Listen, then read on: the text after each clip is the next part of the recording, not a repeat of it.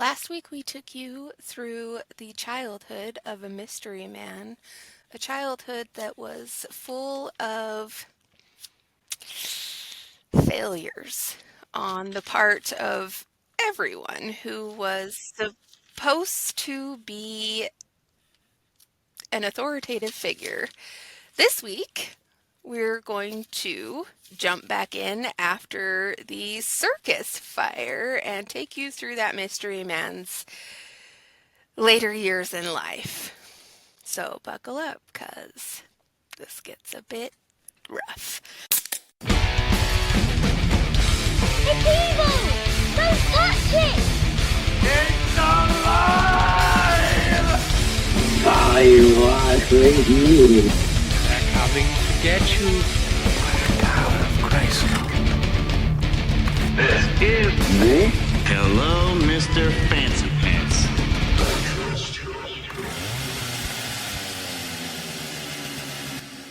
Hey everybody, how's it going? We're already having fun. Just all sorts of shit behind the scenes that aren't functioning well sometimes, and most of the time it's us. Yeah, So, yeah, usually. Lindy, how are you doing before you get into this terrible, terrible story? You know, there's a few things in life that I never thought that I would hear, and myself as buttons is one of them, and now I have two. Oing, oing, oing, oing. Yep. And it's incredible. Yeah. Zach, how are you doing with the buttons? I'm pushing the right ones today, so that's a I good think so. thing, I guess. So far, so good. Oh shit! Well, How I'm about ready you, to Matt? get. You doing okay?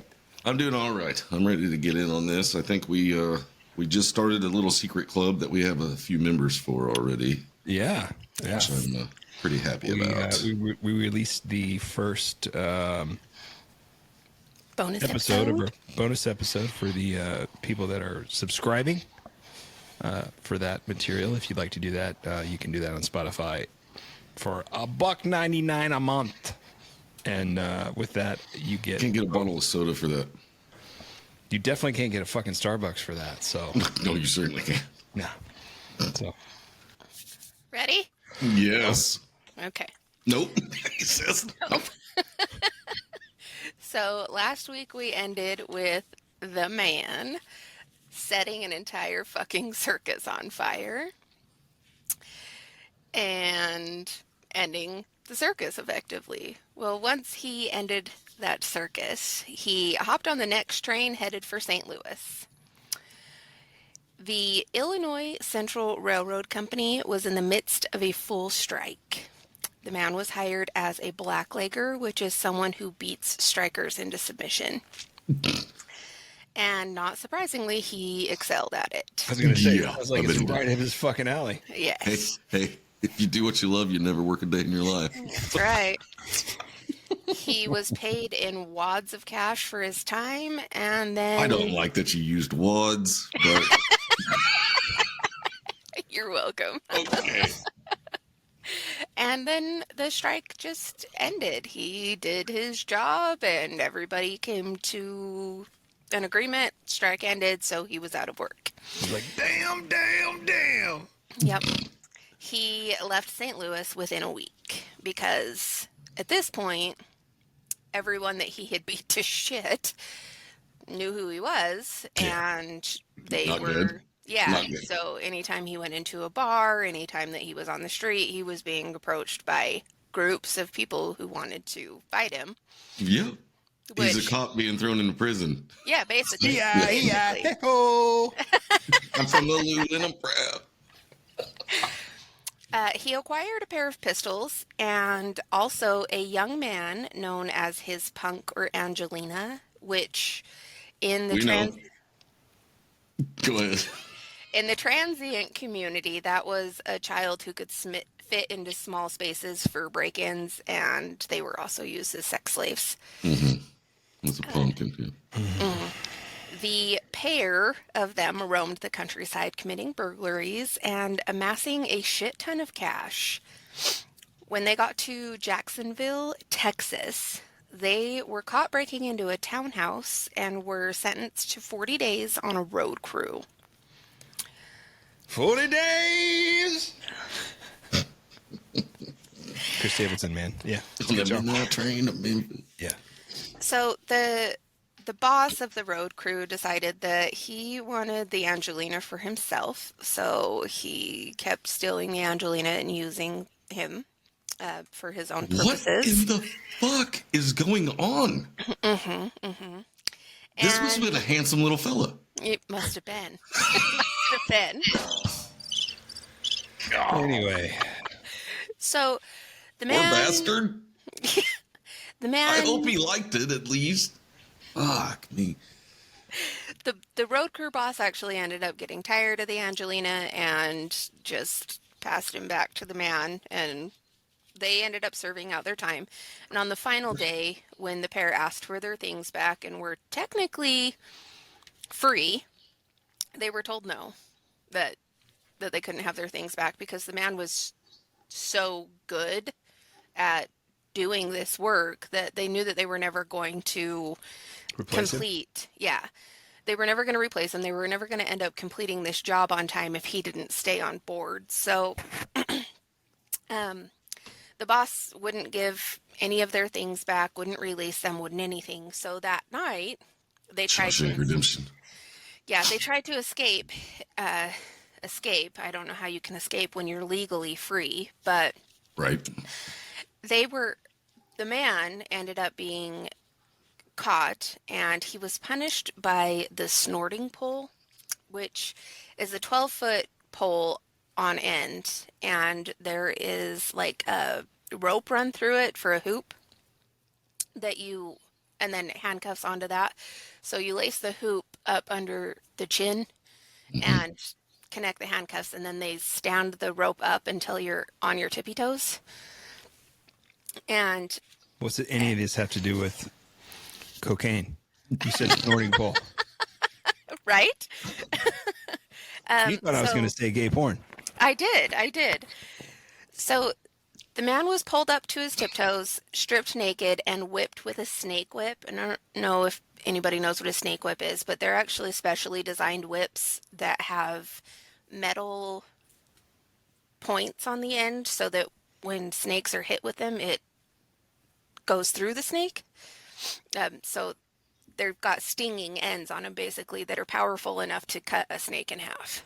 Seems pleasant. Yeah. So he was stripped naked, beat with the snake whip, and they did that for over an hour, but the man didn't make a sound, and when they lowered him down, he was still steady on his feet. Holy shit, this guy is a fucking monster. He's like Yes. fucking Rambo. Yes. He's stronger than Rambo. He For doesn't him, need it's just like explosive. the same old. He's like, well, I'm just gonna keep on going. Oh, you're gonna beat me? What else is new? Yeah. Bring it. Like, this is nothing new compared to what I've been through, dude. I just got out of Leavenworth like less Right. than a year ago. So when the boss went, The snake whip feels like a massage. when the boss went over to the man to gloat, he caught the look in the man's eyes and decided that it was probably a good idea to just let him go Yeah, most likely, yeah. instead of actually gloating, because there was just a murderous look in the man's eyes. So what you're saying is he saw First Blood, the Yeah. first one, and he's like, "Oh, I know what the fuck happened to that sheriff. I'm not fucking around with this guy." Yeah. It's never over. So he wasn't given back any of his belongings except for his regular clothes, and then he was set free. It doesn't say what happened to the Angelina. It doesn't say if he just went on a separate way or what, but the man himself went out into just the plains of Texas, and he lived like an animal for a little while, surviving off of chickens that he was stealing from coops. And eventually he found his way to Oregon, and he Got a became little ICP in my head. Chicken hunting? Please go and chicken hunt. Got a motherfucking And chicken piggy hunting. pie. You, man. I And learned it by piggy watching pie. you. So he found his way to Oregon, and he became a logger until he was laid off for the season. Every job this dude does is just making him more built and strong. Yeah. Yeah. And then, so when winter came, he just basically went back to a life of crime. He made his way down the Pacific coast to San Francisco, and he had stolen a bunch of stuff, and he had come up with this plan to basically skull seal, to Sorry. basically bury his treasures. So he knew where all of these things were stashed in stash holes. And he went to San Francisco, where he had been a few times, to see if some of his old contacts were still around so that he could fence some of this stuff off. Again, fence is basically a pawn shop, today's pawn shops. And he went into a bar bragging about the stuff that he had available to sell, and there was a man interested in a watch. He thought that he was following the man to go get cash, but instead he was cuffed because the people in Oregon really, really, really wanted their things back. He had hit some high-profile places. Uh-oh. Yeah, so the man was offered a deal, and basically if he pled guilty and gave the location of the goods, they said that they would reduce his sentence. So he decided that he was going to take it, but when he went in front of the judge was like, fuck Wait, off, I'm was he giving more you like- the full 7 years. Yeah, just like that. Damn it. You dumb bastard. Yeah. We're not cutting deals. So he did end up getting the full 7-year sentence, and when they transferred him back to Oregon, or no, sorry, this was still in San Francisco, he went berserk when he got put behind bars because he was pissed. So, dude Right. snaps. Would you like to suck some cock berserker? My love Did he for s- you is like a truck berserker. Did he say making fuck? Yeah. So when he was locked into his cell, he grabbed the bars and just pulled, Fucking and he spoke that shit? actually ripped the bars out of their sockets. The actual fuck. So You then, wouldn't like him when he's angry. no, and instead of just taking off, he went in and got a bunch of rags from the laundry area, and he went to all of the doors, and he jammed the rags into the doors so that the guards could not pull the doors open, and he lit the fucking prison on fire. It's not funny, the prison's on fire. Yeah. Mr. Bungle, if you're unaware.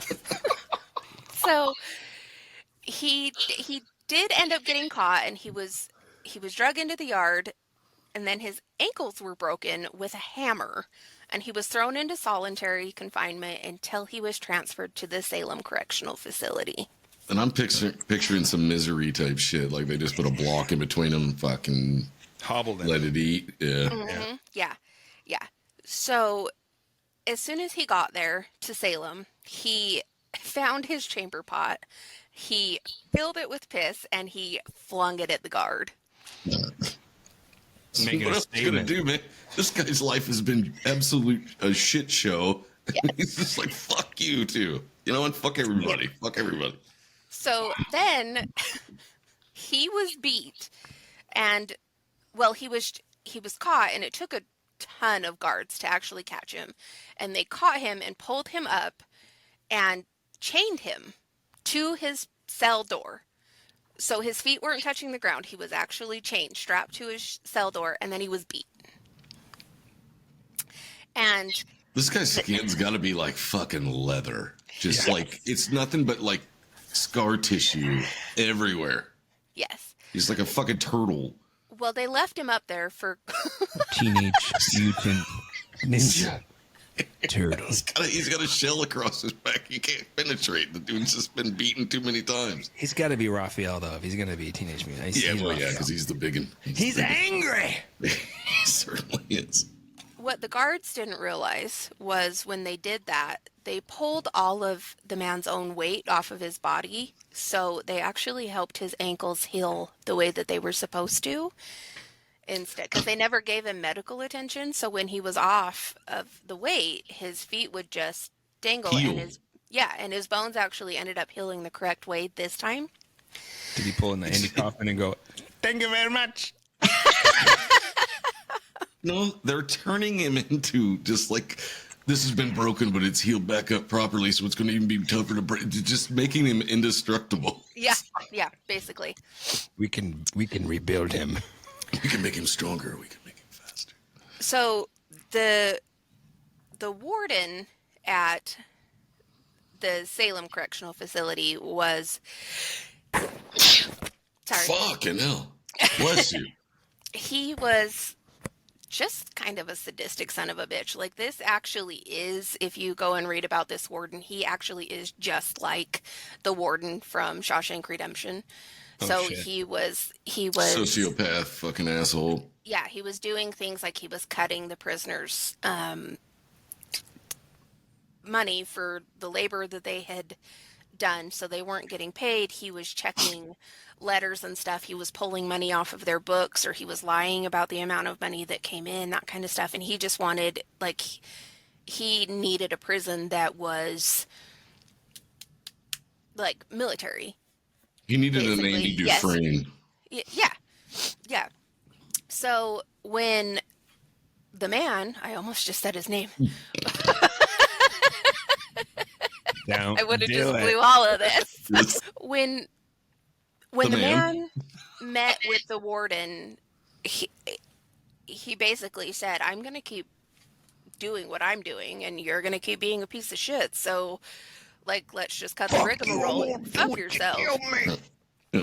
So the man was assigned a personal guard, and the guard's name was Vinegar.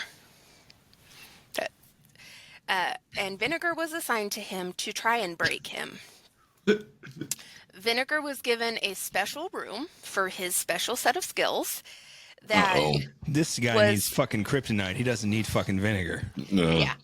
So this room was full of vases full of roses and a shit ton of whips. Like whips of all different kinds. He could just pick a whip. This sounds like, wait a minute, this sounds like a V.C. Andrews novel. Are we going into this?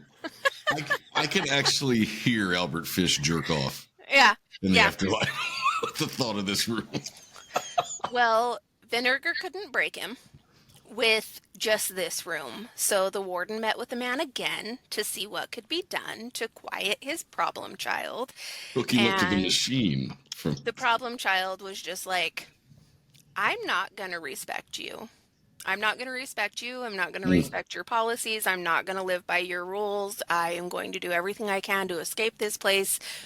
Basically, again, told him to go fuck himself. Yep. He's a walking middle finger. That's Every gigantic. one of us has now sneezed. Yep. It's my allergies. They're bad. Damn you, spring. Well, the next day, the man was taken by Vinegar to a room that had a bathtub in it that was full of cooler water. It wasn't like ice water, but it was just colder water. Cool, clean water. So it was filled to about halfway. And when the man looked over at Vinegar, Vinegar was putting on like a rubber overcoat and rubber gloves. And the man just started laughing. Like the side of it, he was just like, "What the fuck are you doing?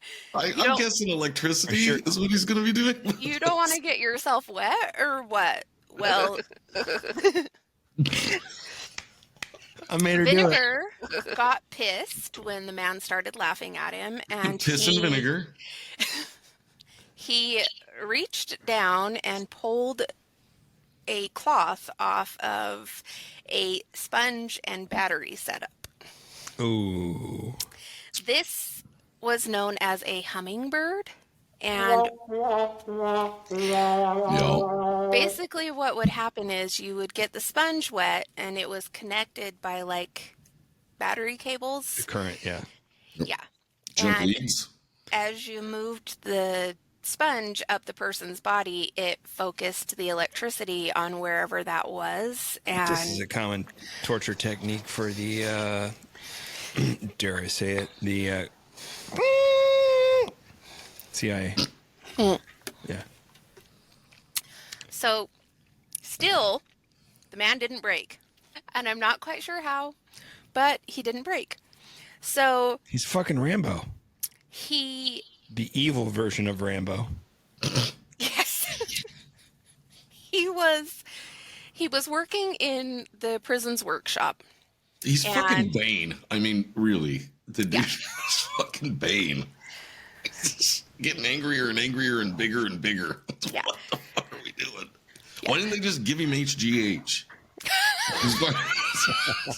He's tearing prison bars apart. What are we doing? Yeah. Kill him or fucking let him go? I don't know. Honestly, I think if they had just let him go, he would have just kept committing stupid crimes and we Well, wouldn't that's have true. gotten to the end of this story. But also, if they'd have shot him, it might have just pissed him off. Yeah. You've got an even angrier Bane. Yeah. So they were letting him work in the prison's workshop, and there's Okay. chemicals. There's chemicals in the prison workshop. So guess what he does? He's gonna fucking make a bomb or light something on fire. A Molotov cocktail sort of situation. He lit the the workshop on fire and stole an axe. Guy's the scariest son of a bitch ever. So he's running around the prison with an axe, chasing Not my guards. war. I Not my picture war, him just- Colonel. I didn't start it. Didn't drew first blood. I picture him just walking, just like with it over his shoulder while everything's exploding behind him, but he doesn't fucking care. He's just walking through his life. Evil doesn't get in a hurry. So he's chasing the guards with the axe, and as he's going, he's breaking as many windows as he can so that smaller prisoners can get out. And he ended up setting free like 48 prisoners of the smaller prisoners this way because they were able to climb out of the windows. So the bigger guys weren't able to get out, but the smaller, tinier prisoners were able to just jump out of prison. So I can make these guys my bitches. Yeah. So naturally, He's got This- minions. naturally, this pisses the warden off, and he's placed in the dungeon Banana. without light or food for 61 days. Fucking Bane. He ate the bugs that he found on the floor to survive. Fucking Bane. Baby. Yeah. So, chilling in this dungeon, he's making escape plans the whole time. So, when he finally gets out after the 61 days, he's in the kitchen and he stills lemon extract. And he ends up distilling this into liquor. Then he got 10 of the other prisoners drunk enough to attack the guards. And in the chaos of this, he helped half a dozen prisoners escape. I gotta say, you can say what you want to about him, but he's got some pretty good leadership capabilities. Right. Like he's a natural leader. Right. Of So- chaos. I've got balls. After these half a dozen prisoners escape, he then taught other men how to smuggle hacksaw blades out of the workshop and cut their window bars. And, Of course, he doesn't need that. He'll just yank them free. Yeah, right. So a bunch more prisoners escaped because they were able to cut their bars and break their windows. So it's not just the tiny guys that can get out now, it's everyone. Yeah. And then he met another man. His name was Otto Hooker. And he helped Otto escape. And Otto was out helping evacuate other people. Otto, as he takes off, ends up getting caught, but the warden went out looking for all of these men too. And Otto ends up killing the warden. So he is Bane's favorite guy right now Well, That or he's pissed at him because he's like, because he wanted he to was do it. mine. Yeah. Otto was brought back to the prison, but he was not charged with the warden's murder. The man was. Because he had helped Otto escape. So this added 7 more years to the man's sentence. But he didn't know that because he had been placed back in the dungeon. So when he got out of the dungeon, now there's a new warden, and he's had an additional 7 years put on his sentence because he's now been charged for murder. Right. So our man finally escaped in September of 1917. He made a dash to the first house he found and got clothes and found a 38. Nice. When he got to the train station, a sheriff recognized him and they ended Uh-oh. up in a gunfight. Other officers arrived and our man ended up running out of ammunition. So when he ran out of ammo, he ended up being secured and they took him back to Salem. Well, the new warden wasn't so just what any you're saying warden. is he is strung like a bull, but he's no fucking Billy the Kid. So the new warden at the prison is actually the older brother of the warden who had been murdered. Oh shit! Oh, that's good news. Yeah. And the new warden was forcing prisoners to build a new prison inside of the prison, and it was known as the Bullpen. Any troublemakers in the process of building the Bullpen were thrown into solitary and they were starved to death. So only 10 people that were thrown into solitary confinement ended up living. Holy Wow. shit! Yeah. And then in the Bullpen, there was a chalk circle drawn in the yard. And you stood in the chalk circle with your hands on the prisoner in front of you, shoulders. And if anyone stepped out or ended up getting like rowdy, they were shot immediately. Fuck. That's a strict fucking game. Yeah. Yeah. So word of this ended up getting out and to the state, and the state was like, "We can't have this. This isn't Not legal. Not Pretty legal. cruel and unusual is what it is. And yeah, this isn't a correctional facility. This is a murder squad. Like we can't do this." So the new warden was fired. Adolf? What's your last name? Hitler? What's going on? my name's Adolf Stalin. So when that warden was fired, they replaced him with a very different type of human. The new warden was basically like soft daddy. This Don't do is that. fucking Don't- hilarious, too. Don't do that. Stop This it. is- Don't do it. Stop No. it. Don't hurt that guy. Zach, you're going to enjoy this. This is pretty Yeah. fucking funny. He was extremely accommodating, so much so that when he met with the man, he was like, "Hey, so I see that you've tried to escape, and I see that you were successful at escaping, but you ended up getting caught, and I know that the thing's going, like you've been helping other prisoners escape, this kind of stuff is going on. So basically what I'm getting from this is you need some freedom, even though you're incarcerated. So this is what I'm going to do for you. If you'll stop trying to escape and you will relax a little bit and basically stop hurting all of my guards, I'm going to let you leave for the day." I'll give you a hall pass. What the fuck? Yeah. Oh, So we'll just see how it goes. you have from this time to this time every day. But Where you you better can- be back at 5 o'clock sharp, or you're going to be in trouble. You're grounded. Curfew, Yeah. buddy. Curfew. Yeah. So you can leave from this time to this time every single day, but you have to be back by this time. And let's just live out your next. Basically, I'm just giving you a place to live. He's saying, You're "Dear just- God, don't kill me." Yeah, basically. Yeah. Basically. You fucking monster. This reminds me of the way that I was brought up versus the way my children are being brought up right now. This is what I'm getting from this. It's a bit different. Oh, it's a little bit different, yeah. It's It's like different. you've never been beaten till your butt was bleeding. This is fucked up. Yeah, never. Yeah. Spank you. So when our guy leaves the first time, he's like, "Fuck this. I am not going back." So he actually does head to the train station. But then he has some sort of change of heart. And he's like, "You know what? I'm going to see what this is about." And so he goes back the first night. I think he thought it was a trap. Yeah, kind of. So the warden's like, "Hey, cool. Came back. Maybe we can extend your your leeway time. Like, so if you want to leave at this time, come back at this time. Like, totally cool. Just be here. So you were a good boy, so now you don't get 4 hours. Now you get 5.5 or 6. Yeah, basically. Good boys get rewarded. And by the way, don't kill me. Don't kill me.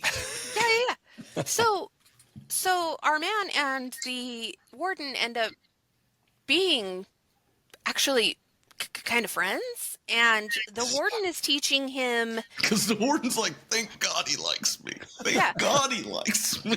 So the warden gets him into sports, teaches him how to play baseball.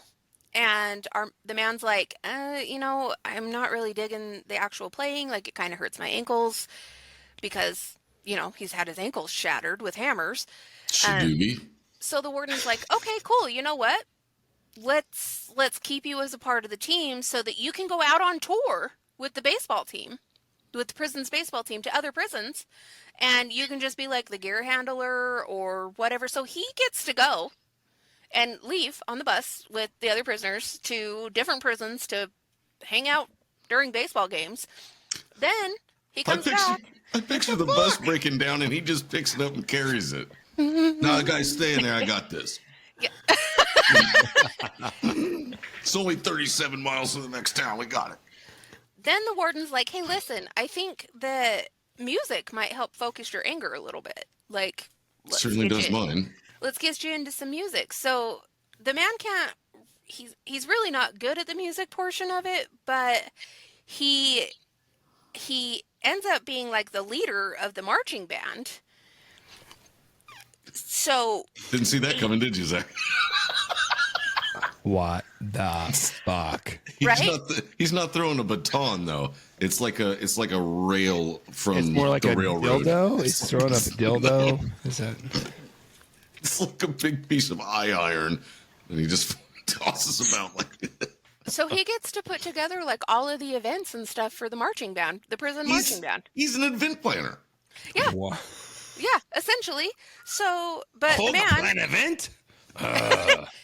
the man starts to get leery of what's going on, and he's like, something's not right here. Like, he just can't trust this, and he can't just leave well enough alone and serve out his time and end this. So instead he decides, you know what? I've got 4 years. That's it. I've got 4 years left on my sentence. I'm out of here. Can you blame him for not trusting someone? He's like, no, this is all just building up to a bigger fuck me is what it is. That's what he would think in his head, because his whole life he's been constantly beat down and fucked over. So he's like, this is just going to hurt more because I actually think these people care. Yeah. No, I can't blame him. I honestly can't blame him. But, I mean, God, you only have 4 years left, dude. I know, but how many times can you be shit on before you're finally just like, I'm done. I'm not going to be shit on anymore. I'm fucking done with it. You need all the For me, the dicks. first time it took 17 years, and for you, the first time it took how many years? 20. Okay, so there you go. That's how long it took for us. Apparently, he didn't want to stick around even that long. So, Yeah. So on May 12th, I didn't have the year. He escapes. And he changes his name, he changes his appearance, and he is now changing his crimes in every new town that he comes to. so you got did end up- smarter. Yeah, he did end up getting arrested several times, but he escaped each time that he was imprisoned. Well, if you could And- pull the bars off the window, you could just crawl out. So, Right. yeah, Right. he's Right. good. I don't care. So just Sin after City or whatever when Marv's trying to pull the bars off. Yes. So just after he escapes from Rusk, Texas, he is on a train and he sees another man on this train. So he's decided when he escapes from Rusk, he decides that he's going to go south of the border. He's headed for Mexico. He's out of here.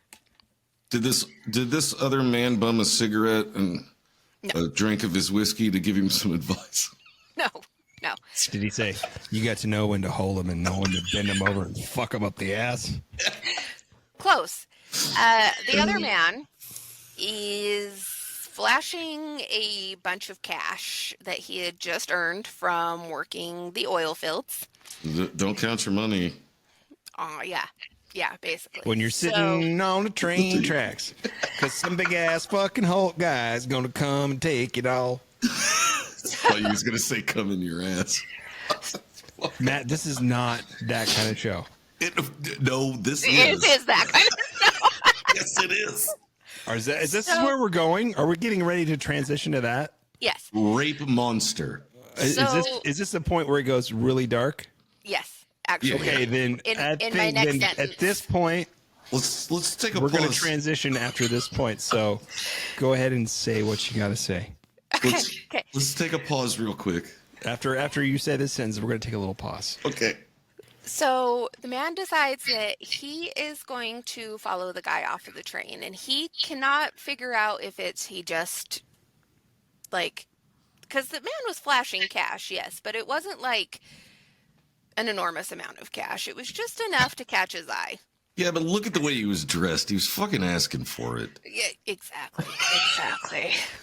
So. Booty shorts? Really? So the two guys get off the train, and dude grabs the other guy, puts his arms around him, pulls him out of earshot from everybody else, and the man that was on the train that was flashing the cash was beat for the money, and then beat for him to take his clothes off, and then he was choked while he was being raped. And when the man was finished, he realized that he had choked the guy to death. And in this, he's realized that was a fucking rush. And that was exactly what he had been looking for his whole life. I came a cup after I feel that. So mine snapped. Okay. Brief intermission. I'm going to go vomit. So what you're saying is shit's going to get real now. That's what you're saying. Uh-huh. Yes, So very, very it's time real. to break out the big guns is what you're saying. Real bad. Real bad. Yes. So he decides now. Unleash the Kraken. He decides now that he is not going to leave America after all. And he bought a train ticket to New York. And once he got there... City. New York City. On that train. So once he gets there, he basically drinks. And when this man is drunk, he comes up with some seriously devastating schemes. So he was talking to some city workers who basically, he found out where like the whole city's drinking water came from, and he was thinking about poisoning the drinking supply. Now he's Scarecrow. Yeah, and like schemes like that. He is serious. He's planning some serious widespread murder. But Gonna get some numbers. these schemes, these ideas, they go away basically when his sobriety This guy's returns. like the Joker, but he's got he's built like Rambo, but he's the Joker. No.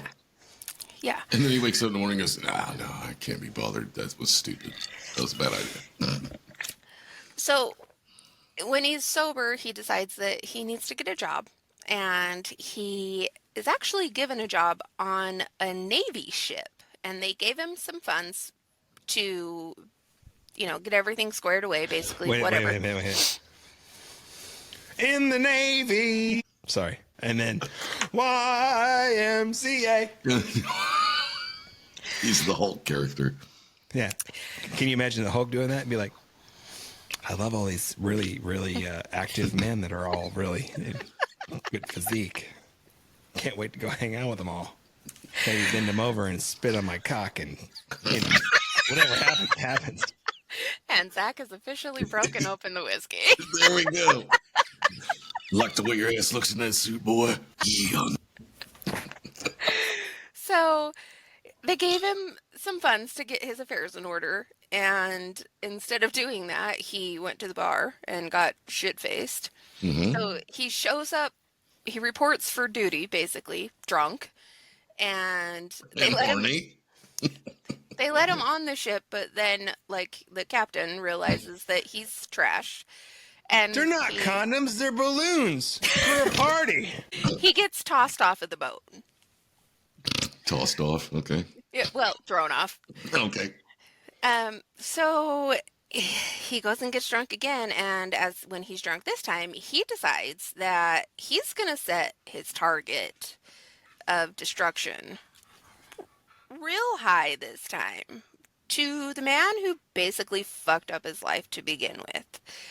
And he believes that this is William Howard Taft, who He's going for the top, huh? He's going right up there. He's going, yeah. Go over the top, man. Well, I'm going over the top. So Taft has now served his time as president. He's served his time in different councils, different whatever, and he's now just a professor at Yale. Well, the man is successful, and he breaks into Taft's house, and he stole thousands of dollars worth of loot and a .45 caliber pistol. I don't remember. Was it in 1911? It didn't say. I think it was. Staring down the barrel of a .45. I thought he was going staring down the barrel of a gun by fucking the Beastie Boys. I thought about that too. Yeah. So he fences everything but the gun. The gun is Priceless. this man's revenge plot because this gun is registered to William Howard Taft. Mm-hmm. So he's going to go and he's going to commit murder with this gun. And every time he commits murder with this gun, Taft is going to be questioned because it's registered to Taft. It's a street, it's Taft a gate. So he fences everything for $3,000. Holy shit, that's a lot of money box back of then. ammo. Yeah. He got a bunch of shit. Yeah. So he buys a yacht called the Akista, and he sailed the Wait a East. minute. He bought a yacht? A yacht. Yeah. Does he know how to sail? Eesh. He learns. It sounds like he'll he's have a couple yachts. in the Navy. So he sailed the East River, and while he's sailing the East River, he is stopping and looting boats that are docked. He's a fucking pirate now. Yes. This guy has been Yes. every villain that you can imagine. Yes. Yar, been I'm Billy the Pirate Kid. Steve. Yar, I'm a butt pirate too. Yar. Yep. So he ends up filling his yacht with luxury and liquor. And he heads to the Bronx and he anchors off the coast of City Island. So in City Island, basically everybody is just kind of a keep to yourself type of person. There's a bunch of fishermen, a bunch of sailors, that kind of stuff. It's basically just like a ship city. Forget about it. Yeah. So he docks and then he docks? Okay. he anchors. You He said he docks. anchors off the coast and he heads to the speakeasies in Manhattan to find sailors who are looking for work until their next duty. And You said duty. so the wants sailors... He wants a fucking pirate crew. Yeah. So the sailors would go with him and they would find that the work was super easy. Basically, it's just having a conversation with this person because... If you can dodge a wrench, you can dodge a ball. That's what I'm thinking of. It's like dodgeball. He's training them. Yar. So the man is basically doing everything. He just, he asks for like, hey, hand me that wrench or whatever. And then the man makes dinner and they end up drinking until the sailor who had joined him would get so drunk that they could barely fight. And then the man would rape them and kill them with Taft's .45. Fuck. After they were dead, a rock would be tied around their ankles and they would be tossed over the ship at Execution Rock. He just pulled a Dexter. Yeah. 10 sailors. Not as I don't know, planned. Yeah, not as planned. 10 sailors ended up dying this way and were thrown overboard at Execution Rock. That we know. So the man felt the eyes of the area's fishermen on him. They knew that he was bringing different people back to his boat all the time. They realized that his crew was changing almost daily. And So what you're no, telling me is so far this guy's raped countless people, and now he's killed 10 people. And 11. At least. now I'm fucking He's- that's He's killed 11. I fucking hate these episodes. Anyway, keep going. You were saying? So he He's a decides that super villain.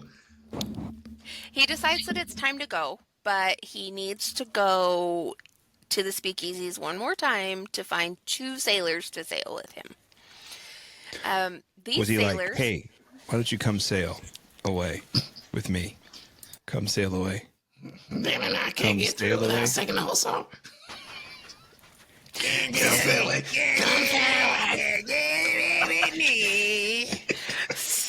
So these 2 sailors were surprisingly willing to do all of the devastating things that the man asked them to do.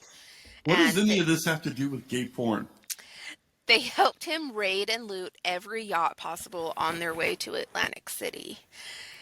He intended to deliver the same fate to these sailors as he had the others, but when they came near Atlantic City, it was August of 1920, and August of this year was a particularly bad year in the waters, and they were getting really bad, really choppy. And the guy is, I mean, he's sailed a little bit, but he's not like, He's an Basically, amateur. He needs him. Yeah. He needs him. He needs him, so he can't Well, let him go. they end up, the Akista ends up getting thrown by the waves into some rocks, and it broke the hull, and Oh, so shit. the ship ends up sinking along with everything in it. So Oh, all of the fuck. loot's gone, all of the luxuries are gone, and unfortunately for the guy, so is Taft's gun.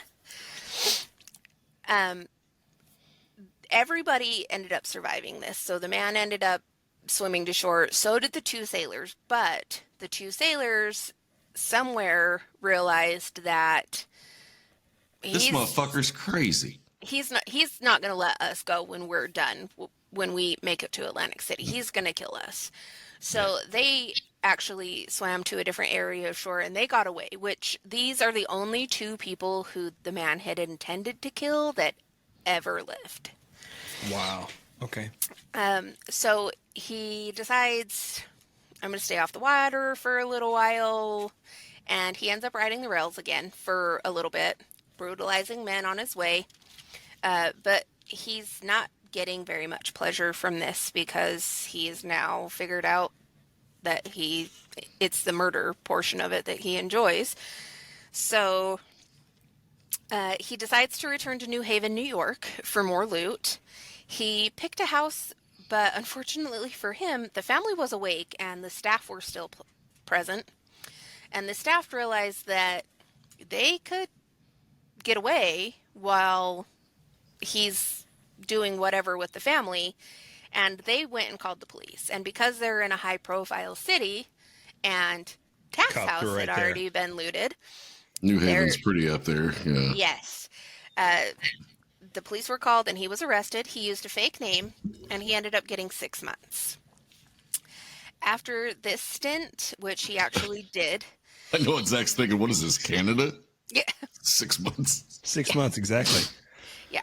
So after this stint, he decided he needed gainful employment again, and he was hired on by the Flying Squadron of the Seamen's Union. Did you just say semen? Siemens said- Union. You said semen. So he was hired on both as a sailor, and the union got the added benefit of him being their muscle because now, He's a bulldozer. yeah, New York is now on strike. So He's a fucking scab? no, Oh. no, he is their muscle against the scabs, the strikebreakers, and the blackleggers this time, because the blackleggers are actually starting to help the scabs in New York to For those that Get to don't the union. know, Lindy, can you explain what a scab is? a scab is basically it's a Person that crosses a picket line during a yeah. strike to go to work, right? Yes. Yep. And what's Yeah. a blacklegger? A blacklegger is a person who is supposed to work for the company to harm or dissuade the strikers from striking. Okay. So they use violence to go up against the strikers. Okay. I thought we need to explain that to me. Yeah. So, So, as the strikers and scabs and all of those people are starting to, they're gearing up for something. So, if they started to use weapons, the man started to use weapons. So, at some point, people acquire guns, right? And a firefight ends up breaking out between the man and the blackleggers. And then when police showed up, the man didn't stop at the blackleggers. He fired at the cops. but it's yours. I'm in this deep. Yeah. So Say hello to my little friend. You want to play rough? Okay. We play rough. So somehow everyone actually ended running out of ammunition. So it was a ceasefire because there was no more bullets. Because they're So fucking they're all fucking lousy stormtroopers. shots. So when everything gets settled and everyone's out of ammunition, everybody's arrested, nobody has any idea who really started this battle. So all of the Union men are bonded out by the Union, and investigators are hired to look into the situation, and they uncovered a shit ton about the man. They've realized he's been using fake names, that he's got warrants, all of these things are out on the man. He's a bad Yeah, he's bad. man. So- Leroy Brown. When the Baddest man in the investigators whole damn town. when the investigators go down to the docks to look for the guy, they realize he's vanished. They have no fucking clue where he's gone. They investigated. I'm the magic man. Yeah. I want to do some dropkick Murphys right now, but I'm not going to.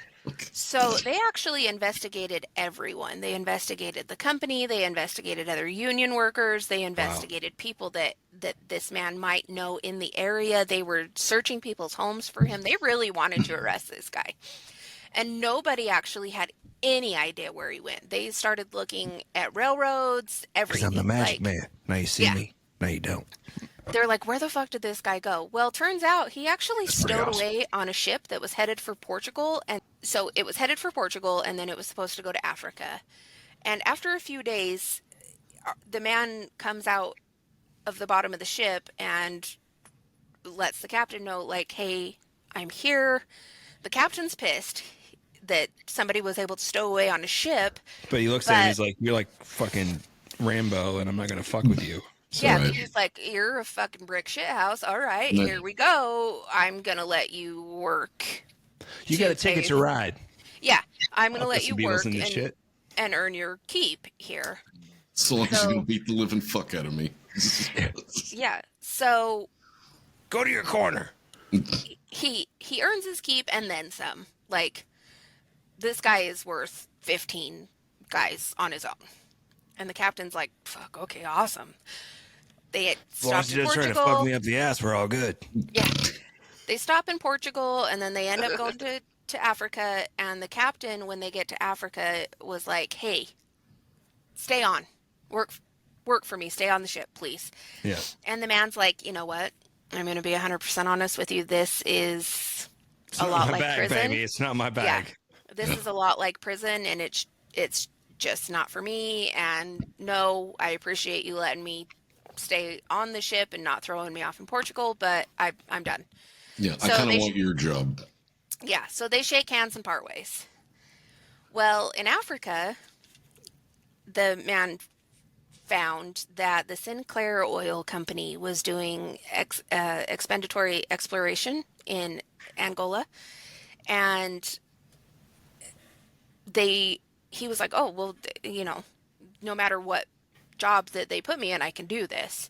Well, this is early 1900s in Africa, white men of high power, so they won't hire white men as field workers. So the man is immediately given a job as a crew lead, and he pushed his men so hard that, well, they ended up They were being, like, oh yeah, kill They ended all up the being- white men. the other crew leads were disgusted with the way that he worked his men, and they were like, listen, that's It's not humane. It's not humane. not humane even for No. what we do. Yeah. But the Sinclair Oil Company was like, you know what? Profits. And We can look the other way. they produced the most. So the man was rewarded, like, handsomely, extremely handsomely. And he was given a cabin to live in, and meals were covered. They had like a mess hall, and Wow. it was free drinks, free meals, free rent, and he was getting paid. So he was living this life. He was like, And women, but he was like, nah, not my bag. yeah, I'm he good. was- he's all about this. So he knew he could have a life here. His sadism was welcomed as long as it wasn't towards a white man. It was welcomed. It was rewarded. Yes. It's Yes. like, beat the fuck out of him. Yeah, there What you go. a fucked up thing. So he was like, He wait, found what? his calling. He found what he was designed to do. Wait. Okay. This is Okay, class can- number 3. Continue. So he himself has decided that he needs to show that he's a man, because all of these other men are bringing Wait a women minute. around. Wait a minute. What the fuck does he have to prove? That, Oh, just that, give it a second. that he can live the same way that the other men that worked for the company lived. So they're bringing around women, they've got dates, they're doing these things, and the man could not admit that he was a homosexual. Could not do it. And besides that, you can't. Well, he's in not a this- homosexual. You have to be a human first. Yeah. So- In this place at this time, working with a bunch of other men, it wouldn't have been anywhere near acceptable to admit that was Right. the kind of sex Yep. that you liked. So he decides that he is going to go to a local family that deals in sex trafficking, basically, of their own children, and he pays them $6 for their 8-year-old daughter. They swore to him that she was a virgin, and so he takes her back to his cabin, and other men saw him, but the man couldn't perform, and he blamed it on his fear of infection. So he conducted an examination of the girl. 6 years old? No, this one was 8 years old. 8. Oh, might as well be 8. 6. Yeah, that's Same all- thing. that's- Fucking But it yeah. was- A lot better. He paid them $6 for her. $6 Okay, that's what it was. Yeah. So So your child for $6. Yep. yeah. So Who's the monster now? everybody involved in Everybody. the situation. Yeah. Everybody in I'm this gonna mute situation myself are for a while. monsters. Yeah, so he conducts an examination of the girl that took all night, and then he ended up being furious. He picked her up, he took her home. She was tore up and bleeding, and he hands her back to the family, and he says she is not a virgin. Yeah, but she's tore up and bleeding now, so she's not worth anything. So he demands their 6-year-old daughter.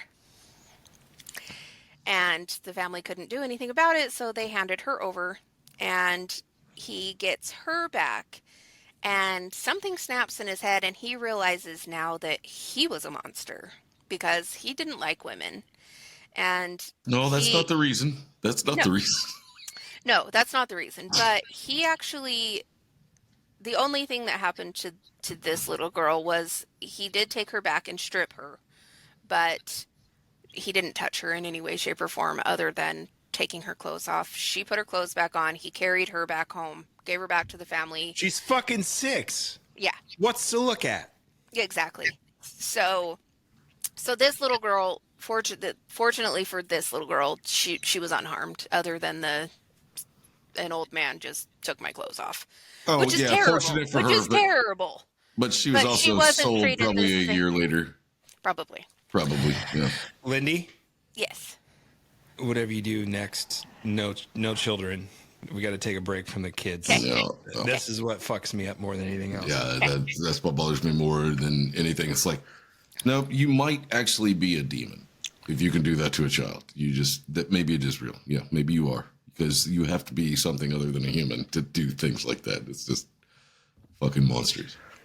This is the reason I bought this, is because I figured out who it was, and yeah.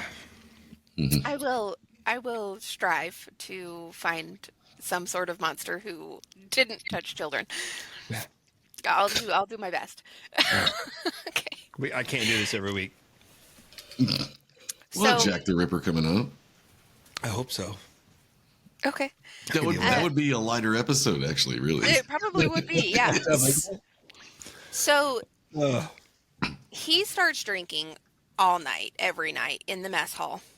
And he's a generous tipper. So there's this server there who doesn't mind that the man is staying longer than everybody else and well into the evenings. And after a little while, the server, when everybody else would leave, because the server was black. So after everybody else leaves, the man starts inviting the server to sit down with him and smoke cigarettes and drink. And the man ends up brutally raping the server, and the server reports it, which the supervisor knew that if a black man would come to him and report that this had happened, this was bad. Like, yeah, it had to be true. Yeah, extremely bad. Yeah. So Because otherwise you would just ate it for what would have happened to you afterwards after you reported it. Yeah. Yeah. And the supervisor's like, okay, well, if he reported it to me and it was this bad and I don't do anything about it, this is going to get around. And instead of letting all of the men find out and all of them end up getting hurt because they're going to confront this man about this, and he's a fucking monster. We've established that part, yeah. Yeah. He's like, I've got to protect the rest of my crew from what will happen. Yeah, I don't need to protect this man from the rest of the crew. I need to protect the rest of the crew from this man, because if these guys pick a fight, they're going to fucking lose. Yeah, a lot. So he's fucking Ivan Drago. Yeah. I must break you. You're gonna lose. If you die. You're gonna lose blood. You're gonna lose virginity. Yeah. Yeah. So the supervisor calls the man in, and he tells him why he's being let go. And we already know the man has a temper, so he didn't take this news very well. And he beat the supervisor into a coma. I must break you. Yeah. So He does. Then he leaves, and he goes to the American consulate, and he demands a berth back to America. But the American consulate was like, bitch, we know who you are. Who the fuck you is? Go fuck yourself. Yeah, we know who you are, and America doesn't want you back. So actually what you should do is you should crawl into the woods, and you should never come back. He'd be perfectly fitted for doing that, actually. He would just live like an animal. And just go out like Charlie Sheen and live on some tiger's blood. Yeah. So Winning. the man goes back to Luanda, and he set up camp in an abandoned park area. And there was a young man who came stumbling through the park area. He was looking for the Sinclair Oil Company. Like, there was supposed to be an encampment in the area. And the man was like, oh, well, come with me. I'll show you where it's at. The young man ended up raped and murdered. The guy smashed his head in with a rock. Well, the Sinclair Oil Company had basically forgotten all about the guy. And one night... I don't know how, but... Right? Okay, yeah. One night, one of their rigs was set on fire. It's And- not funny, my rig is on fire. Yeah. Who So could it be? everybody's panicking and they're trying to figure out how this has caught. Like, is our machine faulty? Are there people who were being careless and like smoking on the job? What the fuck is going on? So they put the fire out, and the man slipped away to Libido Bay. Libido Bay. You said libido? Yeah, that's what it's called. And here there is a huge tourist attraction where the crocodiles here are intense. Massive. Yeah, they are psychotic big. And if you like eat them, you like get super horny, baby. Yeah. All you need to do is look at the beach. That's all So you need. it's Are very, you Randy? Are you? it's very common for rich people to come out here and hire crews to take them crocodile hunting. Like, they go out on a ship, they're gone for a few days, and What a bad idea. yeah. So And you the come man, back or you don't. the man because he's still got money from the Sinclair Oil Company from his job there. He decides that he's going to hire a 6-man crew with a boat to take him crocodile hunting. And he doesn't let Does he go any like, other... give me a bushy stick, honey? No, not that one. Not that one. Get another one. It's not bushy enough.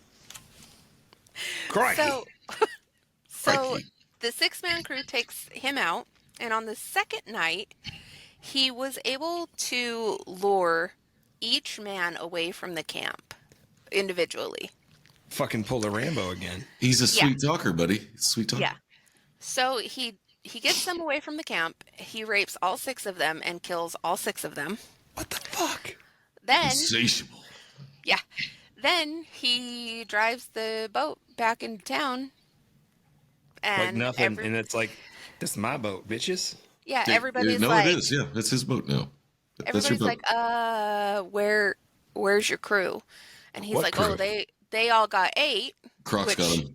After he killed them, they had all got 8. The crocodiles just... Oh, yeah. But the man comes back and he doesn't have a scratch on him. He Is doesn't... this where Elton John got the idea for Crocodile Rock? Mm-hmm. It's exactly where Sorry. So Levity. basically, he's like, all right, well, I've been caught here and it's time to bounce. So this time he goes to Angola and he goes to the consulate here and he's like, hey, get me back to America. And they're like, hey, fuck off. Mm-hmm. So, No, keep fucking off. and Fuck off, you big hoser. and the consulate and the Sinclair Oil Company and the people from Lobito Bay are all like, be on the lookout for this guy because he's dangerous. Like, pretty sure he just killed 6 people. So ships He's like are a watching crocodile. for him. Yeah, ships are watching for him. I bet he raped a crocodile even. He's so fucking scary. They were scared of me. So I as ain't he's fucking biting that thing. going up to ships bound for America, trying to, get passage on one of these ships, they're like, no. No. Well, he does end up stowing away on a ship that was headed for Portugal. And he repeated his previous procedure. So he ends up in Portugal, and there he committed a couple of crimes. But since Portugal is so small, the police caught on to who it was super quick. And he tried again to get help from the consulate. But he was turned away here, too. And here, this consulate wasn't as forward as the other 2 were, but they were like, no. So, and here, they've also told everybody bound for America, like, hey, don't board this passenger. So everybody here's looking for him. Well, this time, he's able to stow away on a British naval ship, but he was Bloody discovered. hell. Yeah, he was discovered. And the British Navy are like, we're not tolerating this shit. So he was thrown in. It's pretty by the book. Okay. Yeah. They didn't say, like, we're not tolerating this shit. They said, this will bloody well not go. You're going to have to go. Well, we're having this. I'm really, really quite sorry about this, but you're going to have to go. So he Come actually on, mate. gets his, You got to go. he gets his ass kicked, and he gets thrown into the brig. How many And of they them did it take? It doesn't say. It just says, That's how many they used. yeah. This is like one of those how many dead babies can you fit in a Yeah. barrel jokes. I don't know. How many it A took. lot. But it took A lot. however many that it took. Yeah. So he's thrown into the brig and not taken anything ever. So he survives being in the brig on this ship for by eating rats. This motherfucker is tough as nails. Yeah. But it's probably like a fucking vacation compared to like all his time in prison. So it's like, it's just another fucking day. Yeah, it's just another day in his life, and He's the original fucking gangster right there. Yeah. he's something. So they make it back to Britain, and he was imprisoned, but he slipped out in the laundry. And they didn't let him go, so there had not been any sort of warning put out to any ships here. So he was actually hired on a merchant ship that was headed to America.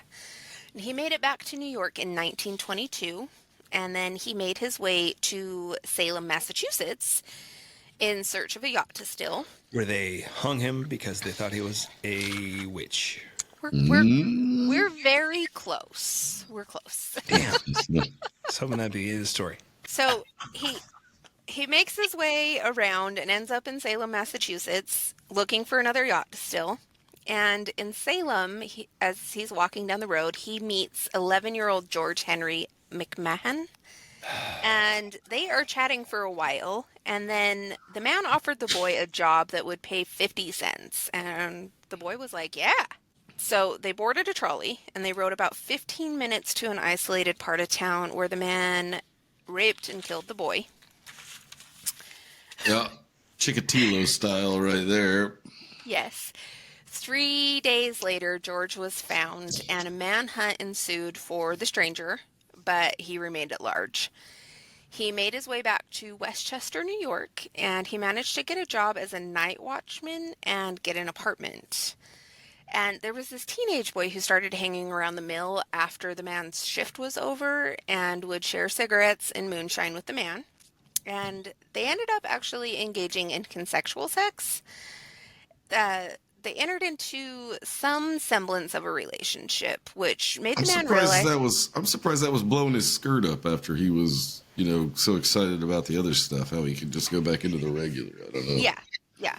So this made the man realize that if he could have, or like that he could have a life like this without having done everything that he had ever done. And he realized that if he had been able to just do that, like if he could just have this life and not have had to have done any of that, then he sincerely is a monster. Right. Like, so the man now realizes that he is a monster at this point. Right. But he also can't control it now. So he decides Too that... many years of being built up, and you're a fucking volcano. Yeah. So he decided that he needed to go be wild and free, but he didn't want to leave his new love behind. So they made a pact that the man would go do what he needed to do, and then he would come back to collect his guy. And he stole a 38-foot long yacht and sailed back to Long Island Sound. And his desire to get back his young love was really strong. So he tried to be smarter about his crimes. He was still raping and robbing, but only like middle class people and middle class homes. Only middle class people. Only middle class. Absence makes the heart go stronger. Yeah. So then he realized that the yachts moored near him were left abandoned at night. So he looted them. And in June, he went back and he did actually pick up his love. The young man was not very good at sea, and he kept getting sick. So the man decided to sell the yacht and get them something on land. And when he was out, he did find a potential buyer, and he came back to the ship, and they were going over everything and talking about everything, and like they sat down to have dinner, and the potential buyer kept trying to get the price down and kept trying to get the price down, and the man realized what was going on. So he prepared himself, and the potential buyer ended up pulling a gun on the man and his love. This dude does suffer pretty good. I mean, for what he did. I mean, I couldn't imagine the way he goes out, but yeah, it's... So the man ended up being faster than the potential buyer was, and he put a bullet through the robber's head. Well, his lover couldn't handle that the man wouldn't go to the police and report what had happened, because this was legitimate. Like, you killed this man for a legitimate reason. Was it really legitimate? Like we're talking about. Yeah, well, if he's trying to kidnap you or kill you, then it's self-defense. It doesn't matter if it's on a boat or not. So yeah, he'd been You're fine. a criminal, and you're trying to fucking that's the thing that his lover doesn't know is how bad his rap sheet is, and it's longer than the state of Florida. Oh yeah. So the next morning, when the man left the ship because he needed to go in and get some nets and some other things. Because he had the gonorrhea, cha-cha-cha. So when he's gone, his lover wakes up and he's like, okay, I'm alone on this boat. He jumps ship, and instead of swimming to the nearest port, he actually swam to Newburgh, and he reported the man. So what he says to police... So we just got the Mary Celeste out there just floating along with no one on it. Yeah. So he told the police that he had been offered a false job, raped, and that the murdered man had been unarmed. And so the man had just committed murder. So this guy, okay, he likes to put it in people's butts, but he's not a bad guy. I kind of like him, but he kind of scared me. So anyway, he killed these people, and then I jumped over the ship, and then So and that's word for word his report. So the man gets back to the yacht, and he realizes that he's been abandoned. Like his young lover has left, and he doesn't try and go find him or anything, but he is devastated. He didn't realize that he could suffer heartbreak like that. So he sailed for the rest of the day, and he made it to the village of Nyack, where he docks for the night. He goes down below, and he falls asleep, and he wakes up to a shotgun barrel in his face. Organized crime is now a thing, and it had gotten police forces to actually organize themselves, and they were now speaking to each other. So everywhere in the area was aware that there's a man at large, and they had put out word to all of the ship docks. So when he docked at the shipyard, they were like, "Let freedom ring with a shotgun blast!" Yeah, so he gets taken to prison in Yonkers, and he's only there for a few days before making his first escape attempt, which he actually was caught and tossed into solitary. And then he concocted a plan, and he contacted an attorney. The attorney agreed to take the case and pay his bail of $5,000 in exchange for the yacht. What the attorney doesn't know is that the yacht had been confiscated by the police as stolen property, so now the man's free and the attorney is out $5,000. Suck it. I don't feel bad for him at all. So the man steals another yacht, and he's a good... I feel like we should have some yacht rock music in the background this whole episode right now. So like that yacht rock. He steals this yacht from a doctor, and the doctor was like, he reports it that it's been stolen, but he's like, it's actually a blessing in disguise. Like, if you don't find it, I don't care, because the whole lower portion, everything under the water that you can't Rotting? see, rotted. It's rotted out. I would have left that out just so I could collect the insurance. Yeah. Bye bye, dumbass. So he ends up, this yacht it's not working properly, right? So Nope, he don't ends sound up like it. Obviously. Yeah, he ends up crashing this one into some rocks, and he goes back to Larchmont for a second attempt at another ship, but Crash that piece of shit and then stepped away. yeah, but it's the time of year where all of the vacationers are out, so everyone who has a yacht, they've all got him out on the water. Yeah. And he's like, okay, well, these people have to be coming into town from somewhere. So he decides that he's going to go to the train station. I love it. Sorry. So he decides that he's going to go to the train station, and he's like, okay, where would these people be storing their things? Because their things are going to be being delivered to them, right? Because these people have all got money, so they're not going to carry their own bags. So all of their luggage has still been left on their train car. So he breaks into the train car, and he's going through everything, and he's hit the jackpot. Like, if he gets out of here, he is fucking made it for the rest of his life. He's good.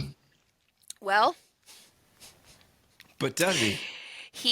So he had used an axe to shatter the window into the car, and he's going through all of this stuff, and he doesn't realize that an officer had watched him go in, so the officer followed him in and was right behind him, and the guy didn't notice until he heard the hammer click on the officer's gun. So the man turns around, and as he turns around, he grabs the axe and charges at the officer. But the officer knew, like, if I give in any way, shape, or form, if I'm going to lose my fucking life, this guy's going to kill me. Yes. Yeah. So the officer actually gets lucky and ends up overpowering the man, because the man hadn't slept for a couple of days. Did he have like fucking kryptonite bullets or some shit? This had to have been the luckiest fucking officer ever. Just massive amounts of adrenaline, and it's fight or flight, and he picked fight. So yeah. So the officer's got Irish. adrenaline going. What do you think? I bet he was Irish. Yeah, probably. So his the last name officer's was like O'Connor.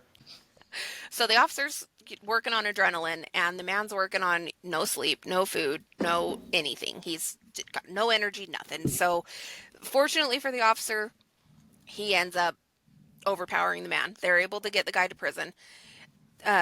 Dude's booked in Larchmont, and the judge set bail at $5,000, and the man was sent to await trial.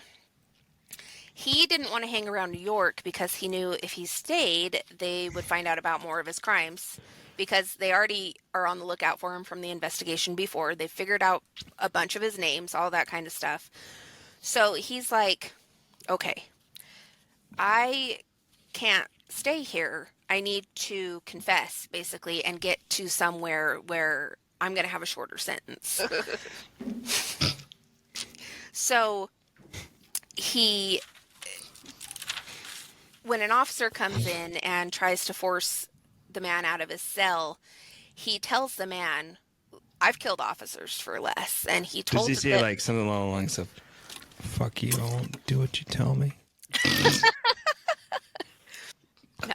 Okay, So the man I'm checking.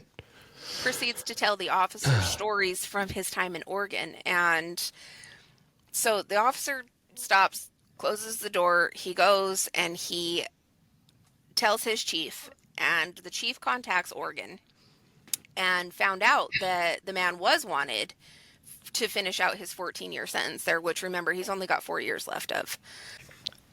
Dead or alive! So he's the Gremlins sing Bon Jovi. He's tricked into pleading guilty again, and again ended up receiving the max sentence of 5 years. And Oh, stiff one. he was sent to Sing Sing. Hey, we're talking about a guy that raped people. You don't say shit like stiff one. That's true. Yeah, I didn't learn that. Rough one doesn't work either. Yeah. Okay. Yeah. So he's sent to Sing Sing, and everyone at Sing Sing actually was They terrified. didn't want to sing about it? No. They were terrified of him. So the warden at Sing Sing was like, get this man out of my fucking prison. It's like Hannibal Lecter just rolled in, only he's in gin pop. So they transferred Holidays. him to the worst prison that New York had to offer, which was like 5 miles outside of Canada, and it's called Dannemora. So in Dannemora, as soon as he was delivered to Dannemora, they stripped him naked and they washed him down with snow melt, and then they beat him with spike-tipped canes. And by the time he was taken to see the warden, he was rock hard. It was more like another day at the fucking office, is what I'm hearing.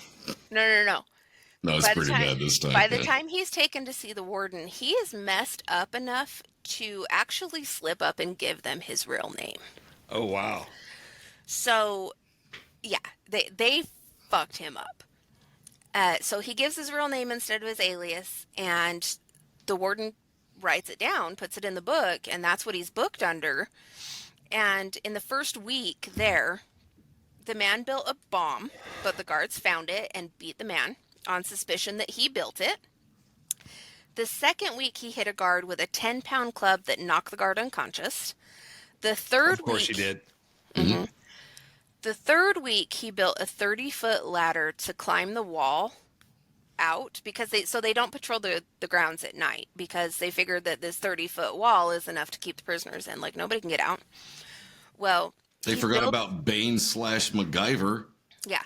So he built this 30-foot ladder to climb the wall, and he almost made it. But on the last rung, Broke. What he had used to build the ladder with, the last rung broke. The man fell. He fell the full 30 feet, and he landed this way. Holy He shit. shattered his ankles, Shadooey. his legs, his Easy there, Rolling spine. Stones. He ruptured his groin and caused his organs to bulge out between his legs. So he looked like he had basically had a half a baby delivered out of his frickin' nuts. Right. Yeah. He deserved a lot more than that. Yes. By the way. Yes, true. But So, no one's out patrolling the grounds. So he's just laying there. He's left outside like that all night.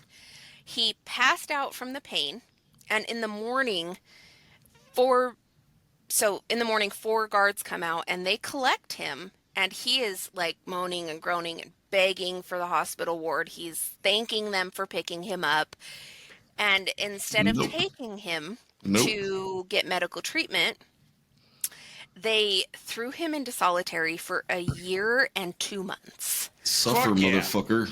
Yes. During that time, his bones healed incorrectly, and his organs are still bulging out of whatever down here. And to quote the movie Seven, he's still got hell to look forward to. Yes. Yeah. Yes. Yeah. Well, in this time, in the year and 2 months that he was in solitary, Oregon came to collect him, but they came to pick him up by his alias. So when they asked for him, the warden had no fucking clue who that was. So Oregon got sent away. And so the man remains in Dannemora. And when he gets taken out of solitary, he gets scheduled for surgery to fix his groin. And the prison ordered the doctor to remove one of the man's testicles in hopes that it would calm him down. Mm-hmm. Well, that doesn't work. No. And as soon as he could move, he crawls into the bed of another patient and he rapes them. Testicales. It's pronounced testicales. So the man gets thrown into solitary confinement for the rest of his 5-year sentence. And he gets released in 1928.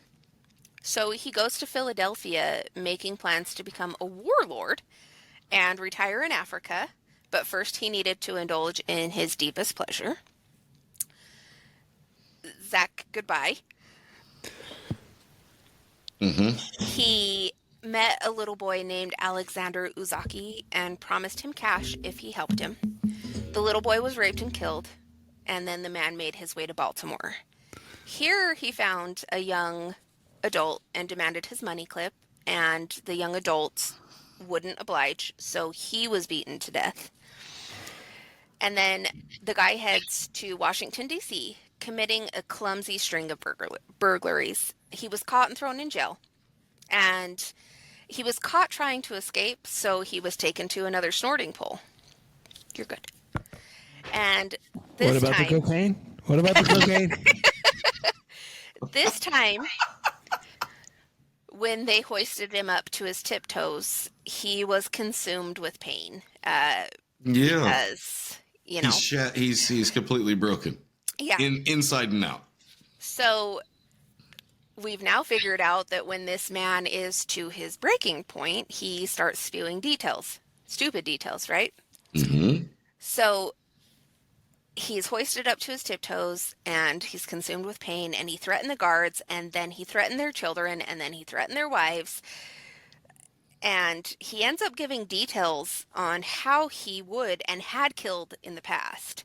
And the guards reported what they had been told to them, and an investigation was launched, and the man was linked to all of his aliases and crimes. Witnesses from George McMahon's murder came forward, and witnesses from Alexander Uzaki's murder, they were too afraid to come forward because they thought for some reason he wasn't going to end up getting charged. Right, because, he's been a free man for way too many years. Yeah. So he does get sentenced to life, and he was sentenced to Leavenworth again. So he was in such a constant pain that he lost all of his will to escape. He didn't want to rule the roost anymore. He didn't even want to live. And he was given a job in the laundry room at the prison and left alone. Well, in Leavenworth, at this time, the rest of the prison, it wasn't heated very well. So the laundry room is actually the warmest room in the entire prison. And there was a guard that stumbled in there one winter day and sat there with the man. And the man was like, "What are you doing?" So and the guard was like, so the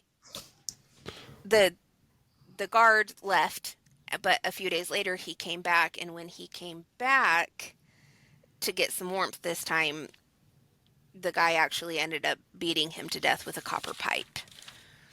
And fucking Rambo. Yeah, so the man was taken straight from the laundry room to death row. And on death row, he met and befriended a guard named Harry Lesser. And Lesser convinced the man to write his life.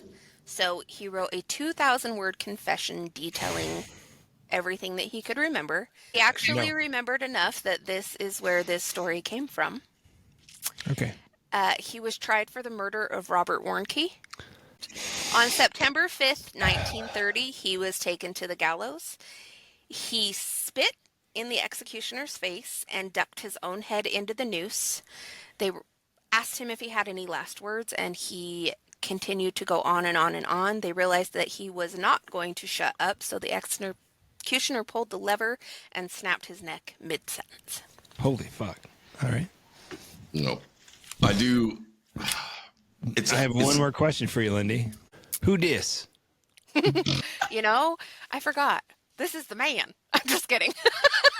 It was the boy in the first episode, but now it's the man. But who is the man? Dis?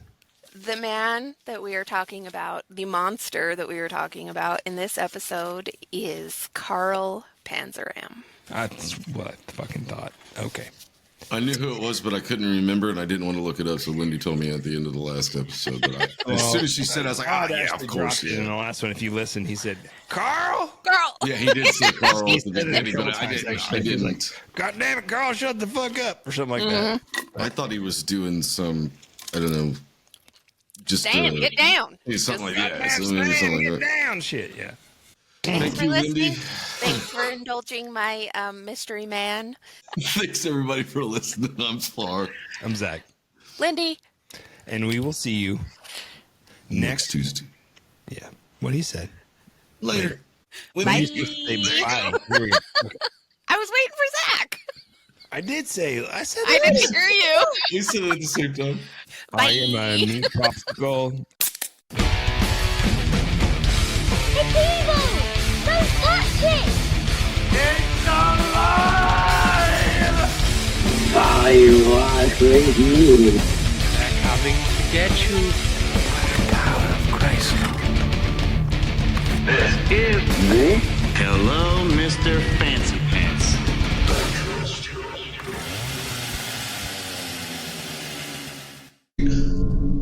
What's my line, Zach? What's my line?